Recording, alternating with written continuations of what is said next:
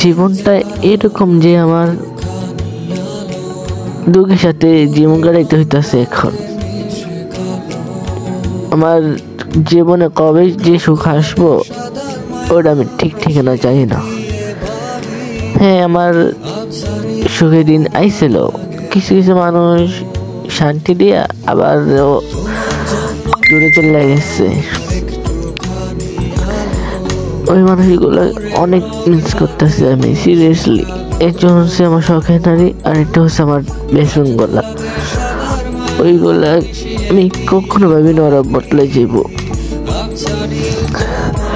আমি জীবনও ভাবিনি তারা এরকম ভাবে যে বদলে যাবে, আমি জীবন ভাবতে পারিনি। আমি মানুষটা কি করছিলাম ওদের সাথে যে ওরা আমার সাথে বদলে গেল। এই তো মানে আমি নিজে অধিকার গুলা খাইতেছিলাম ওদের উপরে, জাস্ট এই ধরি, এই জন্যই ওরা আমার ছেড়ে চলে যাব।